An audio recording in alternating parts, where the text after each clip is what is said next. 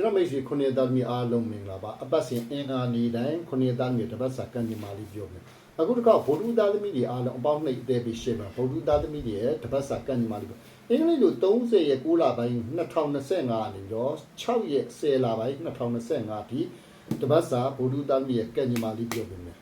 အဲ့တော့ဗုဒ္ဓသားသမီးတွေဒီဘက်တာကာလတွေမှာပေါ့နော်မိမိအလုပ်တွေနဲ့ပတ်သက်ပြီးတော့အတိတ်လုပ်ချင်တဲ့လူတွေလုပ်ငန်းတွေနဲ့ပတ်သက်ပြီးတော့ပေါ့နော်တိုးချဲ့ခြင်းတဲ့ကိစ္စတွေစီးပွားရေးနဲ့ပတ်သက်ပြီးတော့ပေါ့နော်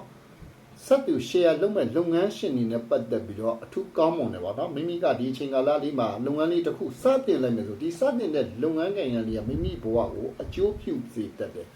အကျိုးပေးစေတတ်တယ်ပေါ့နော်တခုတတိထားမှာအရေးကြီးတဲ့စာရွက်စာတမ်းတွေစာချုပ်ချုပ်တဲ့အခါမှာလက်မှတ်ရေးထိုးတဲ့အခါမှာပြုလုပ်တဲ့အချိန်ခါကာလလေးတွေမှာတော့အလွဲအမှားလေးတွေဖြစ်စေတတ်တော့နိုင်ငံတွေယူဆိုင်ပြီးပါ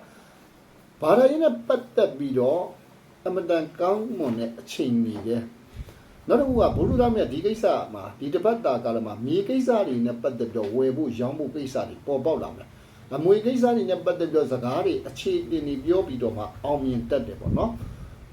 မိမိနဲ့လူမျိုးမတူတာဘာသာမတူတာဒီလိုပုံကိုယ်တွေရဲ့ကိုကြီးချင်းဖေးမချင်းစောင့်ရှောက်ခြင်းတွေလည်းဗုဒ္ဓသားသမီးတွေကရရှိလာမယ်ပေါ့နော်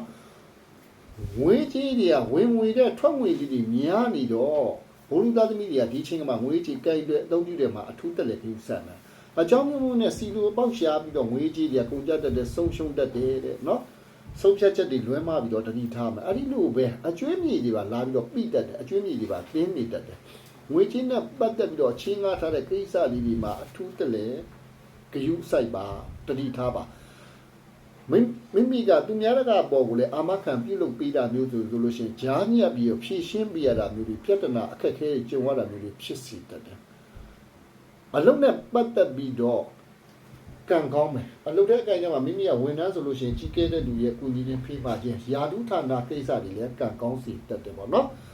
ဗုဒ္ဓသားသမီးတွေကငယ်ရွယ်တဲ့လူတွေမြေတားရေးအချိန်မှာဂျားလူကြောင့်စိတ်တော်ကတွေဖြစ်နေတယ်စိတ်ညစ်ရမယ်စိတ်ပင်ပန်းတယ်เนาะတဝုဒ္ဒစိတ်ဝမ်းကွဲတဲ့အိမ်တော်ရှိတဲ့အိမ်တော်ရှင်နေဆိုလို့ရှိရင်အိမ်တော်ဘက်နဲ့ပတ်သက်တော့မကြည်လင်တာတွေเนาะပြဿနာအခက်အခဲတွေကြုံရတတ်တယ်မိမိကအရေးနဲ့အကြောင်းနဲ့ပြောစရာဆိုစရာရှိတယ်ဆိုရင်အနီအောင်ပါတဲ့အဝိဇ္ဇာဒါမို့အယောင်လေးတစ်ခုကိုစောင်းပြီးတော့သွားမယ်ပြောမယ်ဆိုရင်အဆင်ပြေပါလေအရေးအကျိုးပေးစီတဲ့ကဏ္ဍလေးကတစ်ကဏ္ဍလေးကဏ္ဍဖြစ်တယ်ပေါ့เนาะ